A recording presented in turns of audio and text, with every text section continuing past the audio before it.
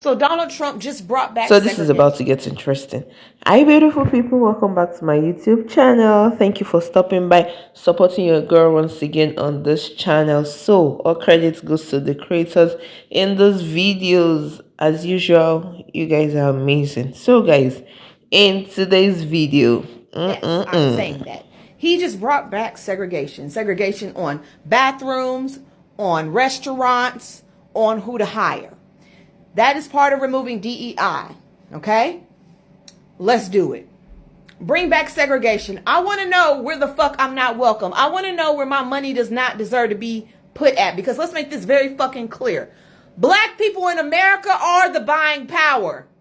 Y'all forget we buy more than anybody else. I don't know why we do that shit, but we do. So let us know where the fuck we aren't welcome. Bring back segregation. I guarantee y'all gonna fuck up all y'all money. Because white folks don't shop like that. And when they do, they don't spend in middle class areas. It's the rich shit like Gucci and Prada.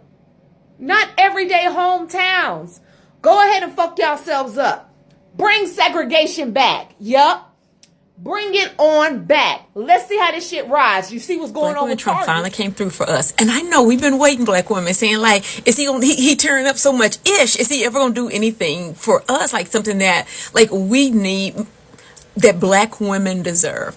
Y'all, so I heard that Schindler in Chief is giving us back our own bathrooms. And listen, I cannot be more excited. You mean to tell me that I no longer have to share a restroom with people who don't wash their hands? They don't even use washcloths. Or they'll sit on the toilet seat without lining and won't even squat. You mean I no longer have to get like 20 paper towels to open the door when I leave the bathroom?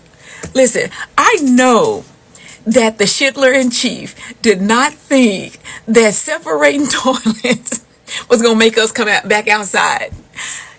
That was a gift. You know what? I know y'all listen, black women. I know we don't like a lot of things that Trump is doing, and we're gonna get back to our regular scheduled program tomorrow, right? Because he gonna do something else stupid. But today, we're gonna thank him for giving us our bathrooms back. Now, listen, y'all go see the videos. Only certain people talking about that there's a discrimination. I, black women, I am honored to share a bathroom with just y'all. so guys, when I came across these videos of segregation on my FY page, I'm like, what is this again? We have slept, we have woken up, and it's another drama. What is going on? So Donald Trump made a decision that removed the rule that said companies working for the government had to make sure things like bathrooms, lunchrooms, and other spaces were not separated by race, which means that black people and white people having to use different places, right? And this rule has been around since the 1960s after the civil rights movement, after the fought to end racism and unfair treatment. Now, Trump didn't make segregation legal again because, I mean, there are still other laws that says you can't separate people by race. But taking away this rule basically made people worry because it feels like a step back. Like it feels like a step backward. In fact, it feels like 1,000 step backward because the government doesn't care as much as protecting equal rights anymore. And some black people are worried about this, or should I say worried or angry, okay? Because this thing is in two faces. Some are worried and angry, but majority are not bothered, right? Because they are saying that being separate isn't bad after all. Because it might help bring black communities to grow stronger, support each other. Because basically, when people are split, some feel that it could lead to more racism, and others think that it can be a good thing, right? But in all of this, it is a big deal because it touches on the history of racism, right? If we go deeper, and the rights of people and the fight for equal rights in the United States, guys. Okay, I'ma come back. Let's keep watching. So over the past few days, I've been sitting here gathering my thoughts in regards to segregation 2025, and I noticed that there's been two different perspectives in our community since this has become a topic of conversation. One perspective, folks are like, it is what it is. We gonna make the best out of this. This is what we've been wanting. They making jokes, they making skits, the whole nine. The other perspective, folks are like, this shit ain't a joke. This shit ain't sweet. You know, people don't fully understand segregation and everything that came with it, and this isn't gonna be the ideal fantasy that people think it's gonna be. And me personally, I think it's just one of those times to where optimism and realism are meeting each other and colliding head on, in a very rare occasion to where, regardless of your perspective, nobody is wrong. And I say nobody is wrong because, number one, none of us can see the future, and we don't know to what extent this new form of segregation is going to manifest itself as and how it's going to be implemented. Number two, you can't fault nobody in our community for arriving at either conclusion based on history or based on our experiences as Black people. For those that are on the more optimistic side, they have a reason to slightly be optimistic because even though we're integrated, we have been socially segregated since its inception. And outside of work, most Black people don't even interact with white folk. So the people that seem to be more optimistic have a right to ask what if in regards to what would have happened if during segregation those thriving Black towns were left alone and were allowed to be fully realized. And instead of kind of stomping out their flames of excitement and their willingness to work with their community to build something new, we should find a way to channel that, energy into something that can be more constructive and, providing real-time solutions for these real-time problems. But also for the people that are saying, hey, this shit ain't a joke, people shouldn't be jumping down their throat because historically they're right.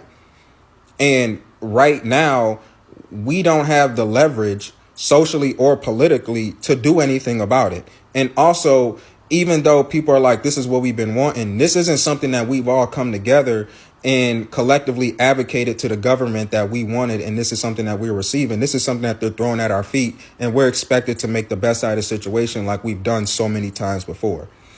So yes, this is something that we should be worried about, but it's not impossible to make the best out of the situation, especially given the current climate of this country and all the chaos. White people are fighting amongst themselves, and if we can put our differences aside and find a way to get some leverage politically and socially, then we can control our own narrative and get to the point to where we want to be controlling our own resources. But we're going to have to make sacrifices and do things that we have never done before. They trying to bring back segregation, and all I got to say is, thank God.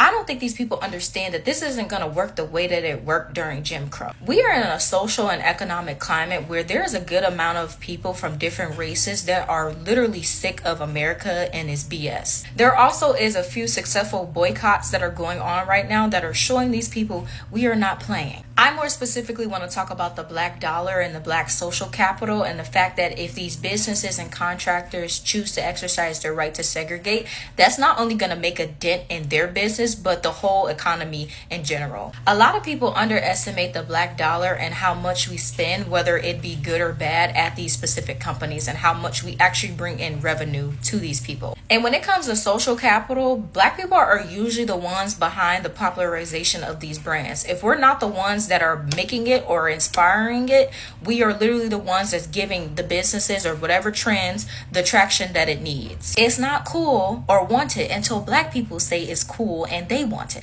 And it's not Black people who should be scared. It should be the culture vultures, because where are you going to get your inspiration from now, Bookie Butt? Like, y'all remember on TikTok a few years ago when the Black dancers decided that they weren't going to come up to any more dances because y'all could not credit them, and then there hasn't been a good dance trend on here since? Yeah, that's exactly what's about to happen to your business. And contrary to whatever people believe, America needs the Black dollar and Black creativity. They know the power that we hold. That's why when we did have predominantly Black towns back in the day, like Oscarville, which is better known as Lake Lanier now, and then as well as in Tulsa, Oklahoma, the massacre that occurred there, that's why they came into our towns and did what they did, because they know that by ourselves, we can create a certain level of economic and social capital that they couldn't even dream of, despite what happened to us. All in all, I vote in favor. Just because when I pull up to your establishment or I look on your Google profile, all I need to see is that whites only sign and I'm good. I ain't even got to waste my time nor my money coming up in here knowing it's going to be some tomfoolery, okay? Donald Clock Trump it. just brought back segregation. He just brought back segregation. Look,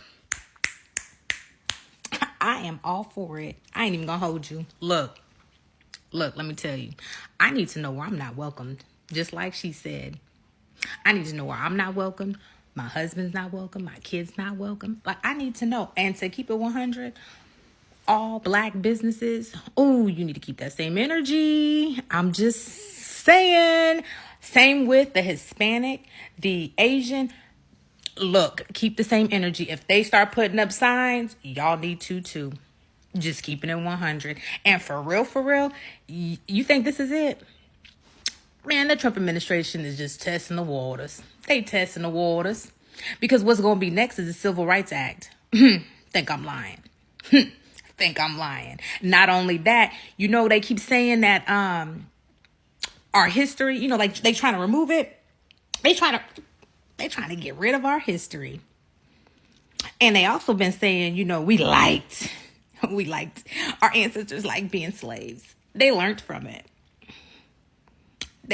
That's what they saying. That's what they saying, girl. They saying that picking cotton was fun. Girl, look, our ancestors, according to them, they learned a lot by being shackled in chains and whipped and raped. Girl, look. So because of that, they're 9 times out of 10 gonna get rid of the Emancipation Proclamation. You don't think they will? Because, like, look, if they think, and I keep saying that, you know, we enjoyed it, then what's the purpose of having that? They're going to get rid of it. Mark my words. I bet you they are. But what's funny? Baby, let me tell you what's funny. It ain't even funny. It's just like, But, you know, these Trump supporters are now like, Trump's a traitor. He's a traitor. Girl, look. Trump told you this during his, you know, campaign. He told y'all what he was going to do. Why are you shocked? Oh, let me tell you why. Y'all was blind. You was blind. That's what it was. Y'all was blind because too many of y'all was be saying what he really meant. He didn't mean that. This is what he really meant. No, he meant what he said. And now y'all shocked. We not. We are not shocked. But y'all are. Y'all effed around and found out. I don't like cursing. So I like to say, y'all messed around and y'all found out. Well, there you have it. There you go. But what y'all need to do is stop putting this faith in men. Y'all need to start praying. Because I'm telling you, God is the Almighty. And God is sitting around letting stuff play out. He letting stuff play out because he needs those blinders. You know, those ones that are saying, traitor, Trump's a traitor. He needs them to wake up. He needs them to wake up. That's what he needs. Pray to God. God gonna handle it. That's why I'm not worried. God gonna take care of it. So I'm seeing on social media and everywhere that they want to bring back segregation. And the reaction that I'm seeing out of that is all the black people like, yeah, let's do it. Yeah. I'm tired of eating this bland food. I'm tired of eating food with no seasoning, blah, blah, blah, blah, blah. Which is cool. A part of me think that this could be a good thing for black people. However, it's all fun and games until we have to drive miles and miles away to a hospital that takes coloreds.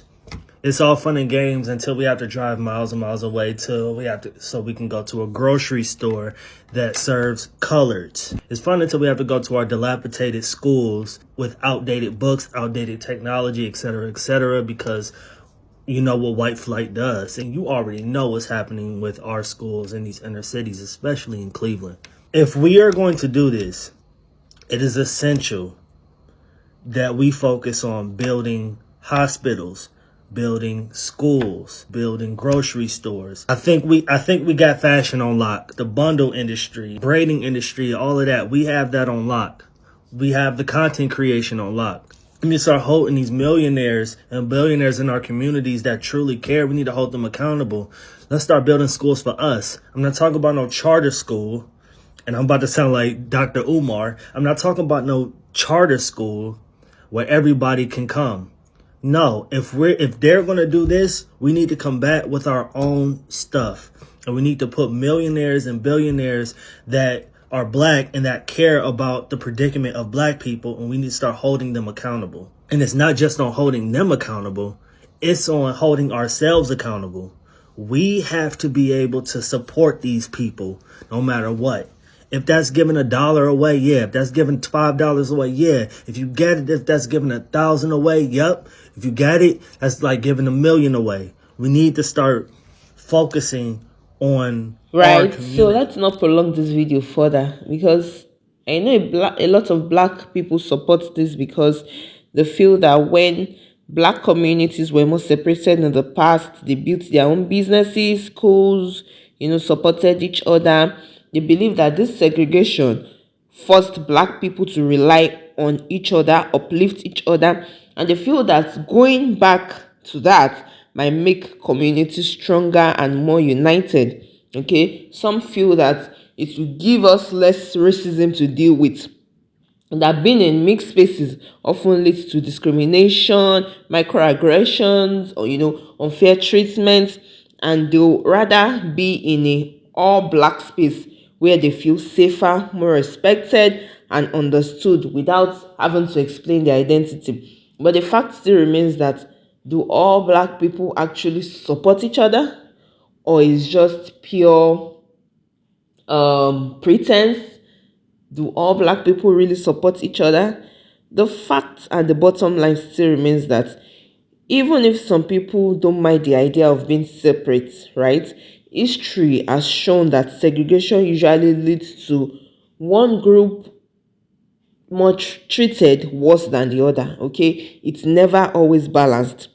And that is why some, okay, might be worried about this, because it's, at the end of the day, it's not just about being in different spaces, it's about being treated equally, and it's about being treated with respect. Oh my god, I want to say a lot more, but guys, let me just keep it here. Let me know what you think in the comment section about this topic, because this topic, it's deep, guys. Let me know what you think in the comment section. I'll do a follow-up video about what white people think about this segregation. Let me know what you think in the comment section. I'll see you in my next video. Please don't forget to stay safe. Ciao.